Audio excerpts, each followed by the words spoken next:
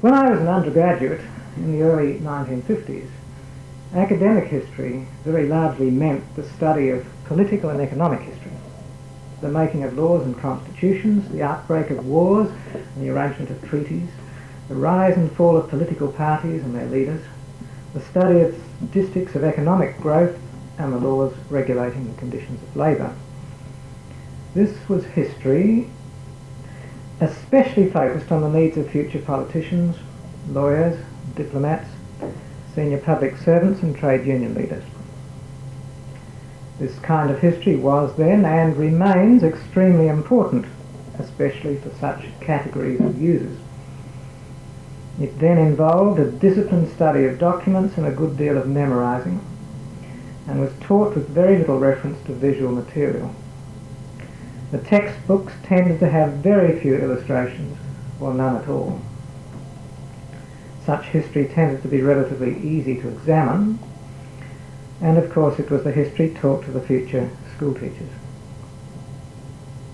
Yet there was another kind of history just beginning to make its presence felt, often against fairly determined academic opposition and a stream of rather snide remarks, and I refer of course to social history. I imagine the most important single publication in this field, in the sense of demonstrating its right to serious study, was, at least in our English-speaking culture, G.M. Trevelyan's English Social History, which was first published in 1942 when the author was 66. Much earlier, he had published several books in the mainstream tradition, notably his England Under the Stuarts, which appeared as early as 1904, when he was 28, and had gone through 20 reprints by 1949, when it was still a standard text in academic history courses right round the English-speaking world, and one of the standard texts that I studied as an undergraduate. Trevelyan's introduction to his English social history is a splendid defence of the claim of this new branch of history to be taken seriously, and also its claim to be enjoyed. I quote him: "The social scene grows out of economic conditions, to much the same extent that political events in their turn grow out of social conditions. Without social history, economic history is barren and political history is unintelligible." But he goes on to say that social history is not just a link between economic and political history. It also has its own positive value and peculiar concern. And I quote him again: "Disinterested intellectual curiosity is the lifeblood of real civilization. Social history provides one of its best forms. At bottom, I think the appeal of history is imaginative. Our imagination craves to behold our ancestors as they really were, going about their daily business and daily pleasures. Carlyle called the antiquarian or historical researcher dry as dust. Dry as dust at bottom is a poet. It is the detailed study of history that makes us feel that the past was as real as the present. The world supposes that we historians are absorbed in the dusty records of the dead, that we can see nothing save the lost to light ghosts, grey-mailed, as you see the grey river mist hold shapes on the yonder bank. But to us, as we read, they take form, colour, gesture, passion, thought." In another passage, Trevelyan aptly quotes Shakespeare's reference in Sonnet 106 to the chronicle of wasted time. Aptly, because no one has better expressed the sense of the destructiveness of time and the human desire to overcome that destructiveness by writing, drawing, painting and sculpting.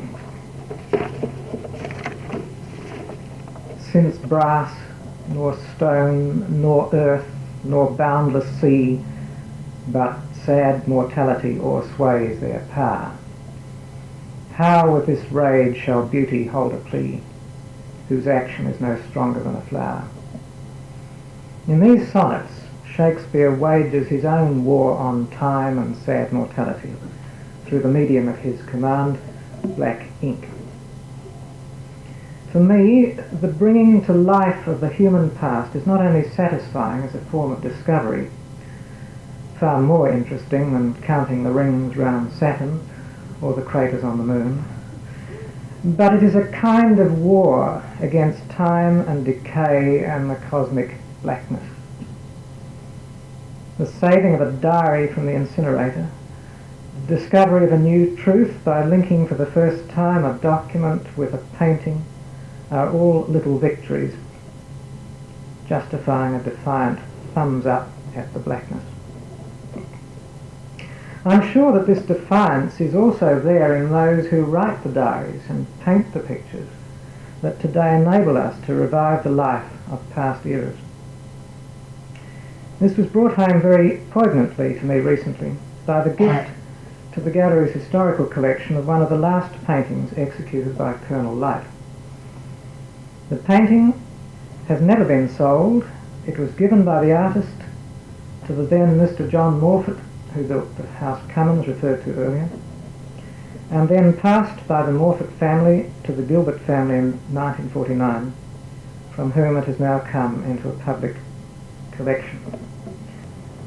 I think it's very likely that the uncompleted self-portrait, which you see on the left, a rare example of a painting in oils by Light, and the painting of the ship Buckinghamshire on the right, date from the same period when Light felt himself to be under sentence of death from tuberculosis. I have the feeling that that painting on the left was probably painted especially for his mistress Maria Gandhi. Light was then 53 and she was approximately 30 years younger than he. They came out in the rapid together after his wife had left him. And I can well imagine that she wanted some sort of memento of him. He was very poor at the time. His house had recently, in the parklands just near the present Newmarket Hotel, had been destroyed by fire in January 1839. It had destroyed a lot of his diaries and precious papers. And he was sick with tuberculosis. And I think that painting suggests that, with a high flush in the cheeks and the intense poignant look in the eyes. He was also quite poverty-stricken. He was living as best he could in his little house on his country section at Featherton. And I think he had two goes at the portrait, and you can see the first attempt upside down in the lower right corner. But he was so poor, probably at the time, he couldn't afford extra canvas, and he probably simply lost the power of completing it. This painting on the right, now this painting can be documented most elaborately. We found when we took off the back of the painting that it was actually inscribed by Light in Light's own hand, the Buckinghamshire in Holdfast Bay, 1839, and on the left, John Morford Esquire. And just thinking of this sort of defiance of mortality that I mentioned earlier, having lost all his papers, Light started the journal again. He didn't have much strength to write it each day, but he wrote it as best he could. On this very day, which was a Sunday, the 7th of April, 1839, he was called for by Mr. Morford and taken down to Glenelg at midday to see this phenomenal ship. This was the largest ship ever to have come to South Australia, and probably to Australia. Maybe the largest to have come up to about 1850. It was many times the size of the Buffalo, something like 1,500 tons. It was the largest class of merchant ship then afloat anywhere in the world, and it brought no less than 512 immigrants. one of whom was the Joseph Gilbert who established the estate of Pusey Vale in the Barossa Range near Lyndoch, and the ancestor of the recent donor of the painting to the art gallery. So, given Light's situation at the time, his illness, the destruction of his papers, this must have been a fascinating thing to happen in South Australia, this enormous ship coming and anchoring off Holdfast Bay. And he records in his diary meeting the captain in Adelaide, and then he must have invited the captain to his home at Theberton, and then on this Sunday, which was obviously you can see that it was a sultry, still day, John Morford drove him down to the port, to the bay. They met the fishers, and they were rowed out to the ship. They lunched on board, and they spent the whole afternoon out there. And I imagine that Light was taken out in a rowing boat, and maybe some of these other boats that you see around the ship were those of spectators coming out to see it. And you can see there's absolutely no wind, and they have to row to make any progress at all. And I imagine that Light made his sketches of this splendid sight, and then went home again and finished the sketch when he had the power to do so. He says in his diary, at the end of the day, he got home at about 6 p.m, very ill all day. And in the next couple of days, he says, too ill to draw. So it was that sort of situation, and he must have finished the work on one of his good days. It's something created in the teeth of adversity. This response that I think we can all have to a well-documented visual record of the past is not dependent on an academic training. But the more the viewer knows about the pictures and the context in which they're produced, the more meaningful the experience is likely to be.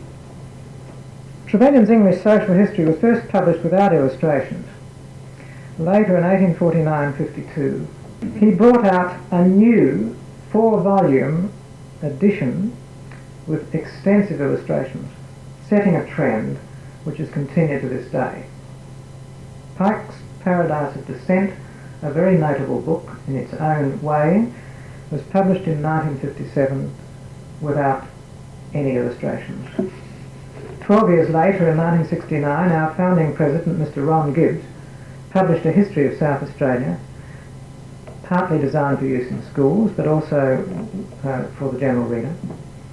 And this had scores of black and white illustrations printed on the same page as the relevant text. More recently, Geoffrey Dutton's A Taste of History was published as a book following a successful television series with many large illustrations in colour.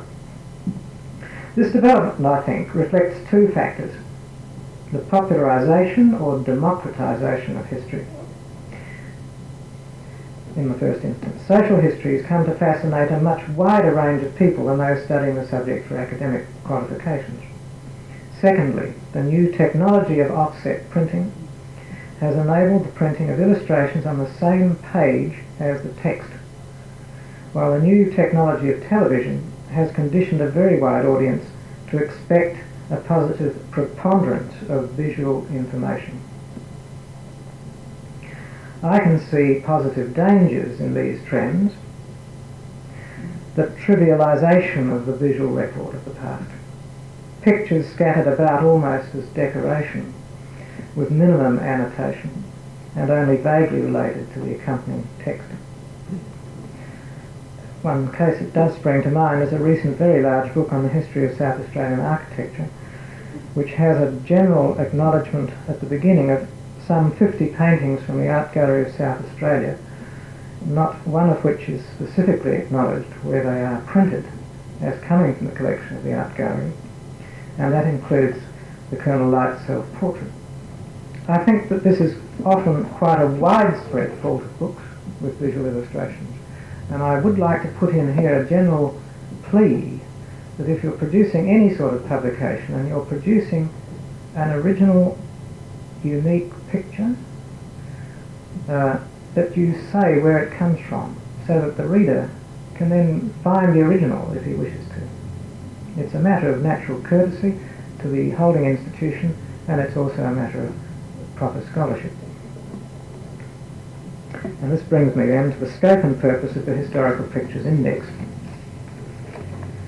When I was appointed to the Art Gallery position of Curator of Historical Collections in 1976, I became aware that there were hundreds, possibly thousands, of unique hand-executed pictures, not only in our own collection, but in the South Australian Archives, and I suspected in the National Library, and in the Mitchell Library, and in the La Trobe Library interstate. And there was no systematic record of them.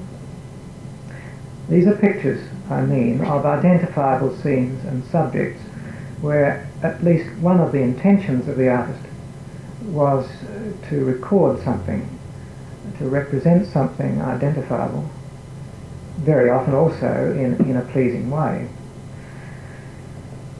In 1977 I had a grant from the Art Galleries Association, and I travelled with my wife as an unpaid research assistant to Canberra and the Mitchell Library, and we really had a marvellous time going through their collections. We had sent inquiries in advance, and they had sort of looked out the pictures of South Australian interest, and we worked furiously for 3 weeks, noting as many as possible. And the number came to many hundreds in each library. A couple of years later, when I was acting as a consultant for Sue Marsden's historical guidelines,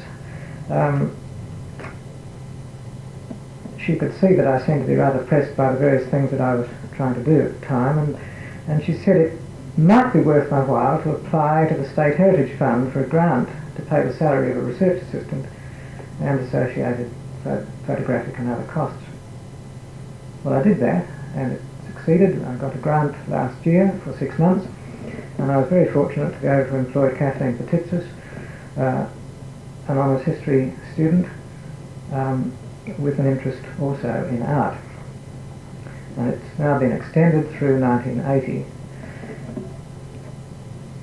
And we hope that by at least the end of 1980 we'll have a workable system that can be then expanded as further information comes about. You've got a page from our regional subject index. We work on the system of small photographs of individual pictures, annotated around the margins with a bit of essential information. The holding institution up at the top, the artist's name, the title or short title and the date, and with the holding institution top left we've also put the accession number so that it can be readily traced. We've organised a whole lot of these small photographs by regions, and within the regions pages you'll get a grouping of pictures that all relate to one another, and I think this is one of the really important things this index is doing. It's bringing pictures together that might be scattered throughout the continent, but so that people can see how they relate to one another. Here we systematically are recording, well, Kathleen is effectively recording,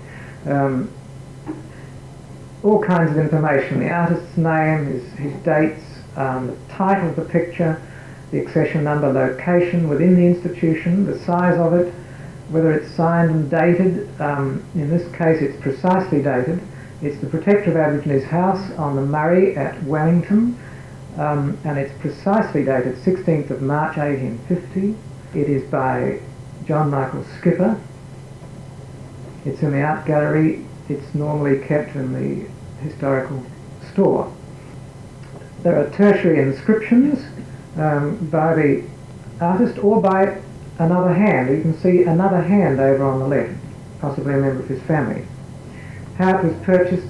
We also provide a map reference using the 1 in 50,000 series of maps, and I've found these invaluable. They're roughly sort of inch to the mile scale, and you can take the map and pictures, and with the combination of the two, quite often line the landscape up and identify almost the very spot.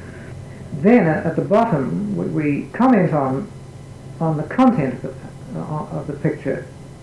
Whatever we've been able to find out. George Mason, he was sub-protector of Aborigines in the Wellington area from 1849. and the precise location and so on. If there's a lot more information that we can't include, then we put it into a manila file in a filing cabinet with a quick reference to that, so that you can proceed from this information to more extensive information. Where possible, we are also recording the scene as it is today, and that's what the house looks like today. It just may have been, until someone goes there and actually finds it, you just don't know. But you can see the practical point of having a painting like this. It's the only record that I know of what it actually looked like in its heyday. And if you, for some reason, you wish to restore that building, then this is, you probably want to be pretty desperate for tourists. You could use the photograph. I should say that I'm indebted for the photograph to John Dowitz and Sue Marsden, who have been working on a heritage investigation of early European contact, early transport and communications. It's a national estate-funded project involving the locating, documenting and nominating of sites and items in South Australia in this category. And we've to some extent worked together because they have found the pictures useful for finding the remains of things. And I've certainly found their field work useful. And one of the purposes of the index is to collate this information from the different sources. And this is a painting, another painting by Skipper that was also picked up on that regional page, and it was entitled The Bushman's Camp Hotel, and it's dated March 17th, 1850. Now, we were really confused here because there was a painting of another hotel and it didn't seem to fit the circumstances, but we then consulted John and Sue about this, and they explained that this is not on the side of Wellington itself, but it's the other side of the river. Now, what you see there leading to it is a causeway which is still there. Now, if you try to get into the position that Skipper was in 1850, you find you can't do it. There were pretty large sandhills there. You see, he's tried to indicate this, that you're really looking down on these little toy boats, which are really like actual size boats, by his sort of perspective. But now the dramatic point is made, of course, that the introduced willows have come to dominate the landscape, and absolutely not there in 1850. And that's what the Bushman's Camp Hotel looks like now, sort of, I believe, literally a hobo's camp hotel today. This is another instance of the early artist recording a landscape which has dramatically changed. This is Colonel Frome's painting of Whitten Bluff, just north of the present Port Noarlunga Jetty. Up at the top you can see a sort of lookout which was used, this is in the 1840s, for whaling. He has another sketch showing Heppenstall's whaling hut up there. But when you look at the scene today, as I did just last Sunday, this is what you see. The island has completely disappeared. And of course when you look at the structure of the cliffs and you realise they're just a sort of clay, it's understandable. There are these sort of islands off the coast down in the southeast, but it's a very dramatic case of erosion, and without the painting you just wouldn't know what had really happened to that landscape. I should say that one of the early users of the Historical Pictures Index has been a person who's making a film for the Coast Protection Board, and was very interested, of course, to see what had happened to our coastline from the beginning of settlement. And of course the changes have been fairly dramatic, and he found these early paintings, which we'd organised by region, very useful for his purpose. This is another painting by Frome. You can see Heppenstall's hut there up on the top. This is just a bit further towards the Noarlunga Jetty, and here are Aborigines enjoying their beach at that time, having just gone fishing, and here it is today. Of course, it's a great aid to the imagination to have the painting, and this is one case where it's not terribly difficult to make the leap backwards and to realise it's the self-same beach, it just has different inhabitants. And this is a painting by Robert Davenport, the brother of Samuel Davenport, and it shows the old Noarlunga Hotel, and I'm very sorry, I think this is a mirror image of what it ought to be, a thing all illustrators of books should take great care to avoid. It's easily done. It's the present site of the hotel that stands there now, but you can see what it looked like in structure there. The point of it being there, I believe, was that was more or less the head of the water before, of the navigables of the water, before there was a bridge. That was the point where everyone who was going south to Wollonga had to cross, so that they had this resting, strength-gathering place before they tackled the hills immediately behind, where they've just forded the stream. This is a painting by Mrs. Martha Barclay, one of the early settlers here. Her husband was a captain in the military. Very talented artist. The sister of Mrs. Walker, who was also a talented artist, both former Mrs. Chauncey. And this is one of the first records of North Terrace, showing Holy Trinity Church on the left. And I think Mr. Morford's first house, just near the church, and then another building just about in the middle on the right, up from the church, was Adelaide's first theatre. The scenes of which I believe were painted by an early young artist, Edward Andrew Opie. And that's the scene today. You can see Holy Trinity's tower just beyond the bridge. This is a rather more difficult imaginative leap backwards. But there's still point in going to the site, because at least there is the church to key you in, although of course got a new extended tower, but the rest of the building at the front is still the same church. This is a wonderful and most important historical painting, record painting, deliberate historian sort of painting by Mrs. Barclay, of the first dinner given to Aborigines by Governor Gawler in 1838. And in this case, as in the case of the light painting of the Buckinghamshire, one can fruitfully bring together documents and painting. Mrs. Barclay herself annotated the painting on the reverse in sepia ink, and before that entirely faded away, Mr. Appleyard, who is now the Deputy Director of the Gallery, had a transcript typed, and we now know what Mrs. Barclay wrote about the occasion. In the South Australian Gazette and Colonial Register, 20 October 1838, there was an announcement from the Colonial Secretary's office. His Excellency the Governor will hold a conference of the Aborigines of the province on Thursday, the 1st of November next, at 12 o'clock at noon, upon which occasion a dinner will be given to them. The place selected is on the parkland to the eastward of Government House. That's the first thatched Government House, which Mrs. Barclay called on another painting Government Hut.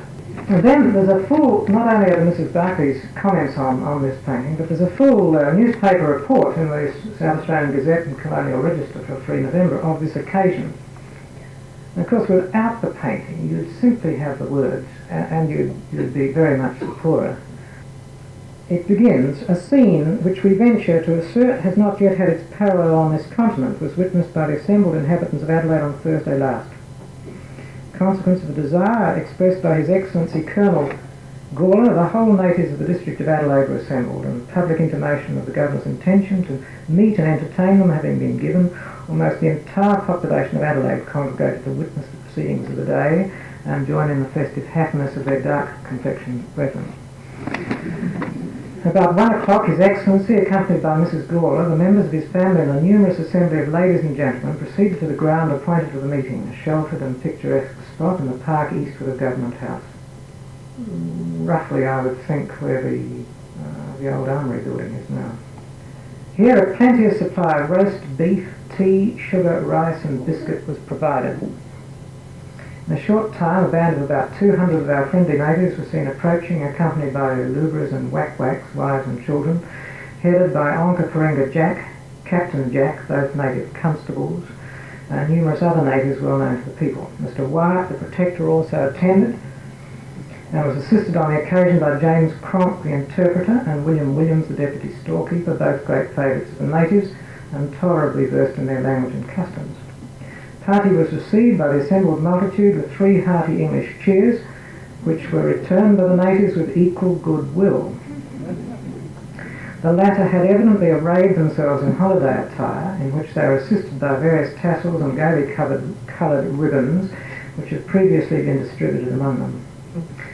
After the party had been arranged, His Excellency, who wore a governor's full-dress uniform, see His Excellency in detail, there he is, you'll see that the Europeans really have put on their Sunday best. This is a gala occasion, shining top hats, bonnets.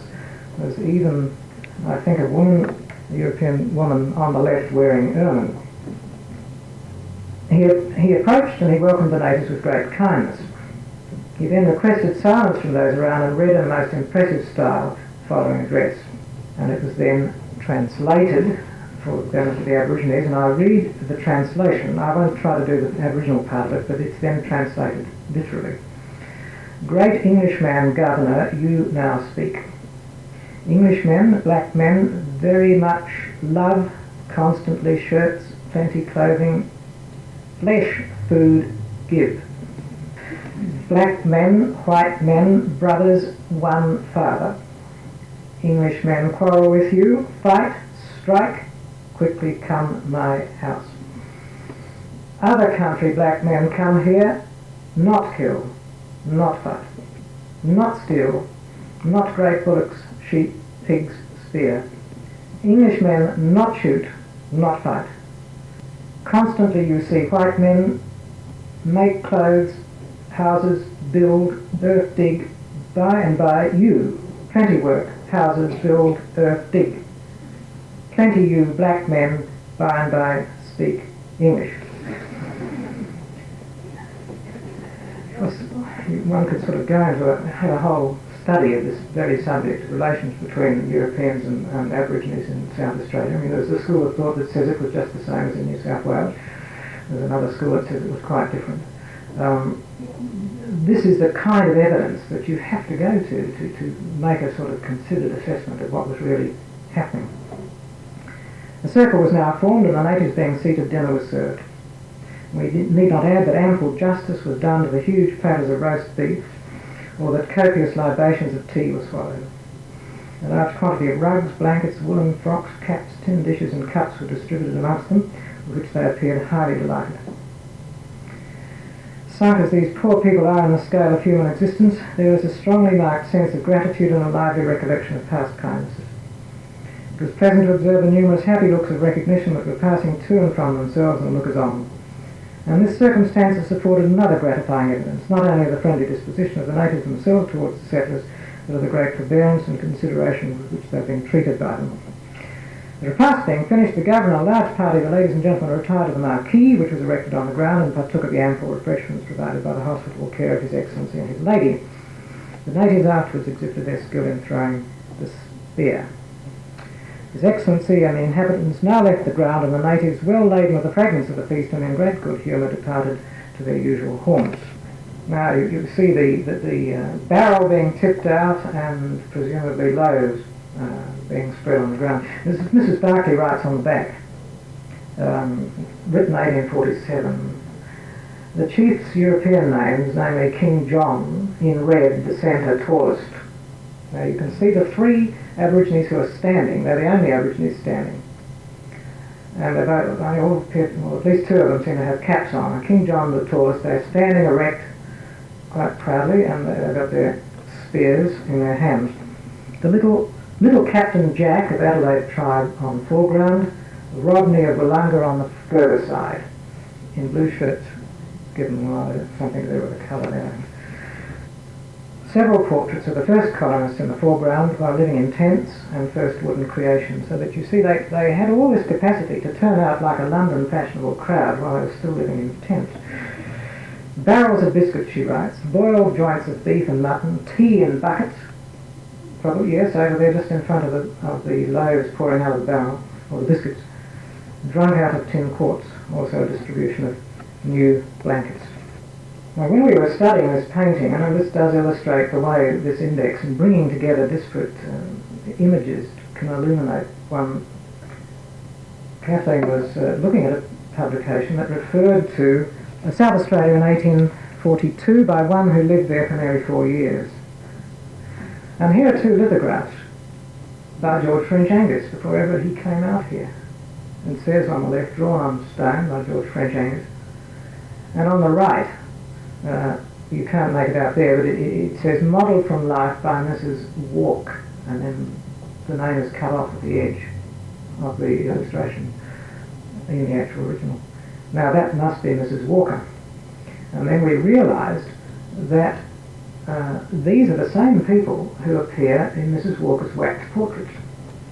Now this is of course a mirror image of the woman on the left, and when you make a lithograph, of course, if you copy it directly from, if Angus, as he must have done, copied that image directly on the stone from this wax image on the right, then of course when it was printed it would come out as a mirror image, which is what you see there. It's clearly the same individual, who is now identified as Morkata, the wife of King John, who you see on the right, the tallest man in the Berkeley painting. And here is the companion portrait by Mrs. Walker, sister of Mrs. Berkeley, of King John. And incidentally, these two beautiful wax portraits in their beautiful mounts have come down to us originally from the Gawler family.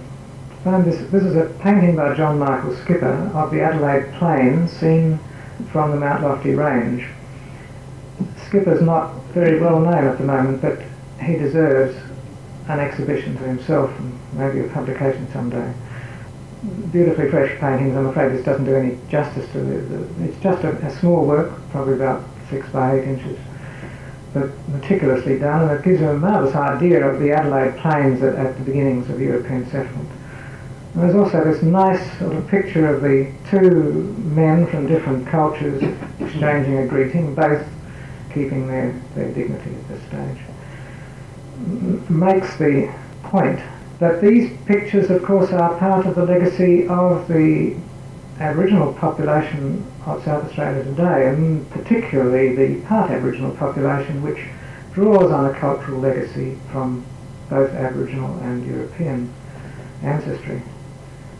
And these early pictures showing the Aborigines, I can find another one, by Skipper, just roaming their domain in an unfettered way, are tremendously important, I imagine, as the legacy of the present part Aboriginal population. On the right, you see a photograph. It's not the actual work in slide form. This is one of the hundreds of pictures by W.A. Cawthorne, who was the second headmaster of Pulteney Grammar School. And he was quite a skillful artist. He was not a professional artist. He envied Angus his facility. He couldn't publish something like South Australia Illustrated, which he commented at the time would be the sort of book only nobles could buy. It was so expensive, then as now, I suppose. But Cawthorne was very interested in the Aborigines. He spent a great deal of time with them down by the Torrens. And there are these hundreds of sketches, a lot of them relating to Aboriginal life, also early European life, including the only sketches that I know of showing the Burra Cornish miners actually living in the banks of a creek. And these are all pictures that are in Sydney and would normally never be seen by South Australian viewers unless they knew of their existence. And this is a major thing, I think, that the Historical Pictures Index will do to bring this to people's awareness in South Australia. And of course this shows, these are Aboriginal girls who are then attending boarding school near the Torrens, the Aboriginal location, going to church at Holy Trinity in 1846. So this is 8 years after that first dinner given to the Aborigines. And they're wearing a uniform. And it's a testimony, of course, to the European good intentions. And you can see some of the tribal Aborigines leaning against a tree watching this phenomenon passing. This is a painting by S.T. Gill, which is in our collection. And like many others, it came to the Art Gallery in 1931 from the South Australian Company. The browning in the centre, incidentally, was caused probably by sulphur fumes from coal fires attacking the picture from the back. Gill painted his pictures on paper and then stuck the paper down on linen and stretched the linen over a wooden stretcher. They were covered in the front with glass, which protected the painting there from fumes, but the fumes got at them from the back, inside the wooden stretcher, and so many of them have this phenomenon. I only realised what caused this when I saw a Gill painting now in private hands in an original frame. You could actually then see the browning on the front, and you turned the painting round and you saw that exactly corresponded to the linen that was exposed to the air at the back. It shows the view looking southeast from approximately the intersection of King William Street and North Terrace. And on the right, there's Adelaide's first General Post Office. Now, if you go to Canberra in the National Library, you find that Gill did another sketch. He did a whole lot of sketches of Adelaide that are now in the Nankerville collection in the National Library in black wash. And that suddenly brings you close to that post office building on the right. The Government House guardhouse is on the left. Now suddenly, here's this image which is in Canberra that gives you a new view of that post office with the posting slots in the wall there, where the Bank of New South Wales is now. You can see that by the time he did this one, Captain Watts, who was the postmaster, you see all this evidence is added into the painting by Gill himself, residence of Captain Watts of County Kildare.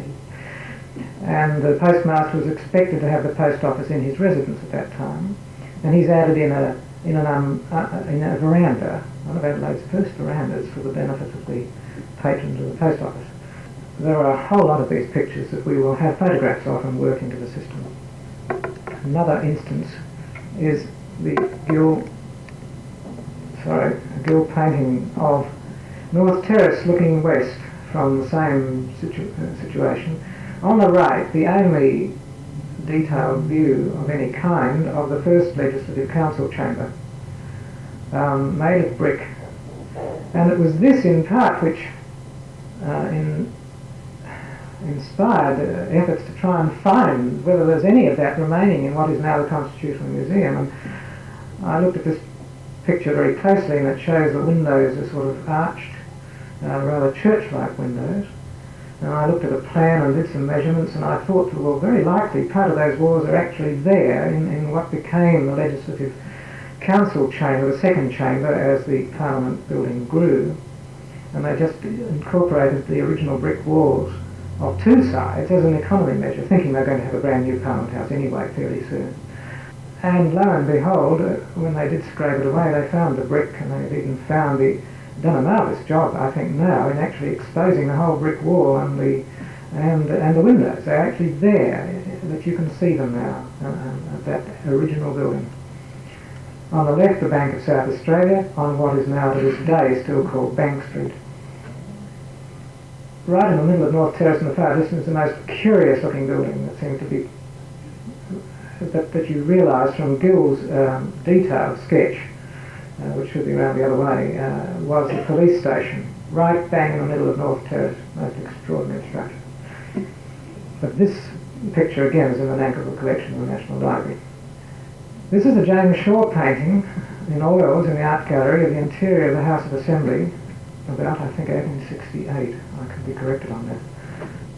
And it illustrates the value of a picture in restoring a building. Without that picture, restoration of the House of Assembly chamber, which you now see when the Constitutional Museum was opened, it was only made possible by the existence of this picture. In fact, people, when they saw the James Shaw painting, they said, could the walls ever have been as green as that? An incredible colour for walls. Well, I'd found James Shaw accurate down to the last picket fence post in other paintings that have actually been able to test against surviving buildings. So I thought it very likely was like that. And they scraped the paint away, the surface plaster, and sure enough they came to the green paint on the wall, and so they've used it again, and then further research showed that that was in fact the colour of the walls used traditionally in the House of Commons in London. Up on the top you see the painting of Governor Gawler, which has been placed on the wall. They also found the chairs that everybody's sitting on, locked away in some basement of the Parliament House. And no one knew, of course, what what their meaning was until they were related to the painting. This is Gill's famous painting of the departure of Captain Sturt's expedition in 1844. And I just introduced these two views because they're both by Gill of the same event, and if you give a little thought to it, you realise he couldn't possibly have been in both places at once, and therefore a little healthy scepticism is desirable in treating these records of complicated events. He must have made a rapid sketch and then done of either one of those two views, and then, knowing the buildings, which didn't run away, he would then have made up his picture. There are actually several versions of the picture on the left, his original very well awash drawing, which is in the National Library, and another smaller painting and a big painting. It's absolutely characteristic of Gill, of course, that he shows these sort of human touches of people running in front of the grand procession, the butcher's boy and a little dog. And, something that usually the solemn photographs of a later time don't record. This shows the departure of Edward John Eyre's expedition. It's an engraving after a drawing by George Hamilton. Here you can see a detail of the actual drawing by Hamilton, which is in the South Australian Archives in the Gawler papers. And there's Eyre at the front, very much in command, ready to go to the centre of Australia, as he thought he was going to at that stage. You'll see that there behind it is Government Hut, with its extraordinary chimney at the front, put on as an afterthought by a Marine. And down on the bottom left, you'll see there are two navvies dutifully chipping away at the quarry, the government quarry, quite oblivious of this historic event that's happening right beside them. That's the quarry that's now the Pioneer Garden Memorial for pioneer women. They sort of they filled it in and beautified it in later times. Now this occasion is fully documented, and this is again an example of the bringing together of document and image. Number 19 there is young Master Gawler, and in the Gawler papers this little letter was found, and I'll have to conclude very, very soon, but just as an illustration of this fruitful bringing together of visual and documentary. My dear's grandmama and Aunt Jane. This is June the 26th, 1840. I know you would have been very much interested if you'd been with us on the morning of the 18th inst. The interior of this great island has never been examined, and Mr. Eyre, an enterprising gentleman, determined to attempt the investigation. A parting breakfast was given to him at Government House, at which about 60 persons were present. Two Misses Hindmarsh, Miss Conway and Miss Gawler underlined, had worked for him a silken flag, which he's to plant on the Tropic of Capricorn and about the 136th degree of longitude. And here we have the flag made beautifully of silk, which is in the art gallery at the moment. After breakfast, the four young ladies rose up and made a half circle in front of Mr. Eyre. Then Captain Sturt came round and presented the flag to Mr. Eyre in the name of the four ladies, and I followed him, bearing the flag. When Mr. Eyre had accepted it, we all retired into the drawing room, where Mr. Howard offered up a prayer to God to preserve him from all the dangers to which he may be exposed. Then John and I mounted our ponies with about 60 gentlemen on horseback to accompany Mr. Eyre a little way, who departed from Government House amidst the cheers of the multitude. Now there, in this sketch by Hamilton, who later became Commissioner of Police, very talented amateur, you can see the carriage bringing the ladies, bringing up the rear of the procession, carrying the ladies who had made the flag. Now, on the flag itself, there is no mention of any individual names. We know that two of the daughters of Governor Hindmarsh and one daughter of Governor Gawler and one other lady, Miss Conway, in fact made it. It's simply recorded as made by the ladies of Adelaide in the official records. But when you get this little letter from Master Gawler, you understand a lot more about it. This makes a point that this is the conventional image of the explorer Eyre, and it's quite misleading. You find it repeated in school textbooks. It even shows up in A Taste of History as the view of Eyre. As Eyre as the explorer, it's really Eyre as a rather tragic governor of a West Indies island that had an awful period of bloodshed later in life. But to really understand what Eyre is like, you have to see the beautiful little watercolour portrait in Parliament House. Now this is far more what Eyre looked like, and there he would be about 30. At the time he set off to go to the centre of Australia with that beautiful young Jack. He was in his early 20s, and of course he got up to the Horseshoe of Lakes, couldn't break through them, and was therefore compelled to do what he thought was rather useless earlier, and walk across to Western Australia instead around the Bight, which in fact he did. But you can see, looking at that at the time he was no doubt a romantic hero in the life of Adelaide. Well, ladies and gentlemen, I can see that at the time I will have to... This is a painting of the O'Haran expedition, a punitive expedition against the Ngarrindjeri people of the Coorong, who had murdered most of the crew of the Maria. It's a painting that has been attributed to Tolma, but we do know from the details that it was obviously done by someone who knew what he's talking about.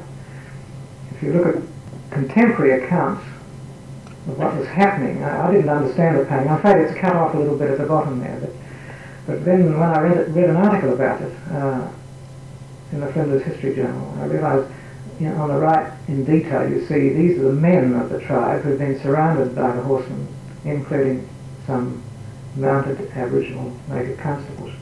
Here is one of the Counter Bay Bob or one of the others, the black trackers, enlisted by the Europeans. And here are the Aboriginal women following afterwards, allowed to keep their spears, carrying on their backs the circular mats that are characteristic of that area. And there in the distance the pursuing horses, and the Aborigines in the far distance trying to run up the giant sandhills by the Coorong. And here just Aboriginal huts, characteristic of the period. Now whether this was a painting that was done at the time or a historical recreation, I don't know. We just hope that something may appear in time that will illuminate who actually did the painting. And that's a whole further category of historical pictures that I just can't deal with tonight. Pictures that seek to recreate something that the artist didn't see, like the wreck of the Admella. Both James Shaw and Charles Hill deliberately competed against each other in a competition organised by James Shaw for a special prize in Adelaide, the wreck of the Admella in 1859, one of the harrowing things that happened and part of the folk memory of South Australians of the colonial era. And they both did their best to recreate it from contemporary accounts and to express the current emotion. Charles Hill's painting of the reading of the first proclamation, the same type of... He wasn't there, he didn't come out till 1854. The painting has a key that written actually by Hill and dated 1857. At the time was the 21st anniversary celebration of it. And he got some things wrong. But later in 1936 there was another painting on the same subject by Ivor Hill, which now hangs in Parliament House. And he tried to make it more faithful to other records at the time. Well, ladies and gentlemen, that might have to remain to some other occasion. I would just like to say in conclusion that the main, I think you can see the main thrust of this lecture and the purpose of a historical pictures index is to vindicate the importance of the visual dimension of history, to plead for the critical bringing together of the documents and the visual records, and the plea against the trivialisation of the visual record. Whether it had a specific name. There was more than one school for Aborigines in Adelaide at one stage. There was one at Walkerville, and of course there were the Aborigines from the Murray area. Mr. Groom from Hartley College, is currently working on a pick-a-pack for schools on the Aborigines of the Adelaide Plains, the Kaurna people. One thing he found was that in earlier pick-a-packs that had been compiled, they'd relied very largely on George French Angus's pictures in South Australia Illustrated, but of course they mostly related to the Aborigines of the Encounter Bay, Murray Lakes area, or the Port Lincoln district. And there's been quite a deal of confusion about this. And of course the Murray Aborigines also came down to Adelaide. And there's some quite fascinating drawings by von Gerard, who came to South Australia in 1855, of a tribe of Aborigines camped by the Torrens, and they're quite large and rather distinctively different wurleys. They're much more solidly constructed, more like the Orangery sort of winter igloos in 1855, whereas the Kaurna people tended to have sort of more straightforward bark shelters leaning against trees. But he says that these were natives from Lake Bonny in his note. So I think the Maori natives didn't get on with the Adelaide natives, and in fact the Adelaide natives at times went to the Europeans for protection against the Maori natives whom they feared. And so it's quite a relatively complicated story. But there is quite a wealth of visual information scattered around Australia that can now, I think, be assembled. And to focus on the question that you're asking, there is a thesis by Jennifer Hunt about the early schools, a BA Honours thesis, about the early schools for Aborigines in Adelaide. Most of the pictures that we've seen tonight, I think, were pre-1850 or so. I was wondering for what periods of the state's history paintings like these are most numerous. Pre-photography becoming common. I suppose that's where they are the most important records, because there are no other records. This was another theme I was going to develop in the lecture, but I didn't reach to the what happened when the camera did come in. S.T. Gill was one of the first photographers in Adelaide. He imported the daguerreotype. I think it was about 1845. There was a newspaper account of it. I refer you to my article on S.T. Gill's Heads of the People in the Art Gallery Bulletin. There was a newspaper saying this wonderful machine that Mr. Gill has imported that shows as if by magic on a mirror the man himself. But it didn't drive out the hand art of Gill, of course, because it could only do certain limited things. You had to have a long exposure, the person had to sit rigidly still. It couldn't show colour, it couldn't show movement. And of course it couldn't show colour until well into the 20th century really, so that even late in the century you can still go to paintings like Goldsmith's paintings of Adelaide in the 1880s, which show colour, and they also show movement in the streets. There's a wonderful panorama of Adelaide, which Duray made in 1870 from the GPO Tower, and I'll be putting that into my next exhibition in May on Adelaide AD 1881. And it shows a complete panorama of Adelaide. And someone looking at it said, but where are all the people? And he took the whole day to do that panorama, slow exposures, right up on the top of the GPO Tower, scrambling down the stairs every time with each plate to put it through its emulsion and fix it and so on, and then gut to take the next one, scrambling down again. You can see it took all day because the shadows have changed right round 180 degrees by the end when he gets back to King William Street again. But the thing is, there are no people. There are only stationary objects, some cabs down the middle. And that's the limitation of photography until getting on to pretty well the end of the century. So all those pictures by Gill and other people, and Goldsmith showing the life of the streets and the colour of the streets are still valid. But of course they weren't as important as records because there were photographs, but they still have a certain validity as historical records in their own right. But of course in the day of Gill and Angus, this was the photography, these were the slides of the day, these were the means of publicising South Australia, promoting migration. I think you mentioned a view of Adelaide in the National Gallery in 1870. That's the one I think that I got the other day from the Commonwealth Bookshop. It's a one. That seems to be taken from north west of the... Do you mean an aerial view? A sort of balloon view of Adelaide? I can't make how it's done. You mean it shows Adelaide as if viewed from a balloon? About 1870. Yes, 1876. It was done by A.C. Cook, who certainly didn't go up in a balloon and do that sort of detail. Although there were photographs taken from balloons in the American Civil War, but close to the ground. In Adelaide in 1876. A.C. Cook specialised in these things. I think he must have had a little camp stretcher, and he must have sort of systematically gone up and down every street, drawing every building as if seen from a point in the sky, some thousands of feet up in a particular point over the city. He did it for Adelaide, and he did it for Port Adelaide, he did it for Melbourne, Sydney, came back and did it for Adelaide again from the South Park Nance's time, the balloon up there in the 1890s.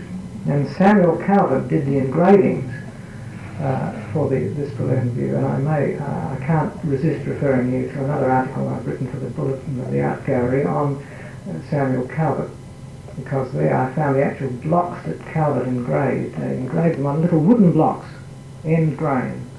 100 separate blocks to do this thing on them, making up, all clamped and bolted together from the back, and then the print taken. And the actual blocks are down in the Croydon Technical College now, the School of Graphic Arts, and I photographed them, and you'll see my photographs in that article. It was just a wonderful sort of Victorian achievement of the day. I'm wondering if you have a cut-off date for your register. Practical cut-off date is the end of the colonial era, 1901. But of course, where things come to light, post-1901, we'll find I'm sure we'll find a manila file to put them into. But of course, the scale of the thing is so enormous, and we've concentrated, in the first instance anyway, on unique things and things. But where quite often we find that there is a print, a lithograph, or an engraving relating to the original painting. One thinks of all of Angus's original watercolours and all the lithographs based on them, sometimes significantly changing them. And where that's the case, and we're putting a cross-reference to other related works, so that you can follow it up and see what was done with the original thing. And sometimes also there's a photograph, an early photograph, not as well as a contemporary photograph of the same subject, and we're trying to record that to add to the meaning of what we're about. Let's just one more question.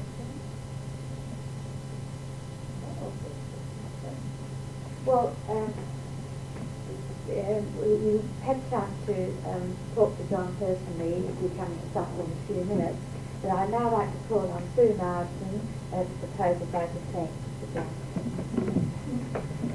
I've had the great good fortune to be able to consult this picture index as it's been completed so far. In fact, I recently looked at it only last week, and apart from the sheer curiosity value of a number of the early drawings, I find it, I should turn around and face the audience as well.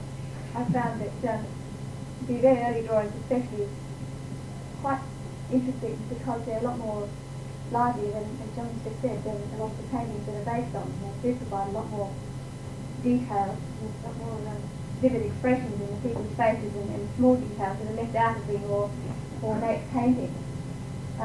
I feel very strongly that this pictures index is going to contribute dramatically to the imagined recreation of South Australian Park, to which Dr. Tregenza has referred, really. I think that it's useful for two reasons. And one is obviously merely, if you like, an illustration to the kinds of things we have been reading about and researching. But perhaps equally importantly, it's also a source of information in its own right. Not only the details of buildings and the landscape features, as we've seen change quite dramatically over a period of 120 years or so, but also the detailed personal details of people which are never referred to in writing. People don't think to refer to really small things about, even if you like, the kinds of dogs that roam the streets of Adelaide in the 1840s and 1850s. Very small details that no one thinks to record, or very rarely, unless you're very lucky. And so I think in both instances it's very important to have this visual record as well as the written record. Particularly, of course, in the 20th century, you do also have a third source of information, that's the oral record. You can, in many cases, ask people about the past, but the very early era in South Australia is beyond verbal memory. I should say I've had great enjoyment myself in tracking down some of these sites that have been shown today. We're particularly interested in Kangaroo Island. There were a number of areas we visited where we could quite precisely locate the remains of which are still there in many cases. I also feel that these early paintings and drawings help train your eyes to pick out surviving relics of the past. Even the North Terrace illustration is a good example of that. No one would expect much to survive in North Terrace, and yet there's the Trinity Church still as it was, much as it was. And you often find quite built-up areas, in suburban areas, if you like Cayman or Marion, that if you have an early drawing or an early painting, such as this, you can pick out the buildings and the landscape features of that era. I think it's very important to make us realise that things have survived and can be preserved, and in many cases can be quite accurately restored, as the Constitution Museum has been. I think it's a good argument for preservation too. I think it helps support the argument for preservation. The other thing is, of course, it's of use to a wide range of people, not simply historians. There was mention of the Post-Protection Board, which is very interested in the changes in the South Australian coastal landscape over the years. And you can think of many other examples of that, looking at things like the machinery, early technological development. For instance, in the mining areas in South Australia, there's a number of pictures that show the various kinds of instruments and various kinds of mine shafts and mine equipment that were used, as well as the people who were using it. So I would personally like to say I have already found the index of use.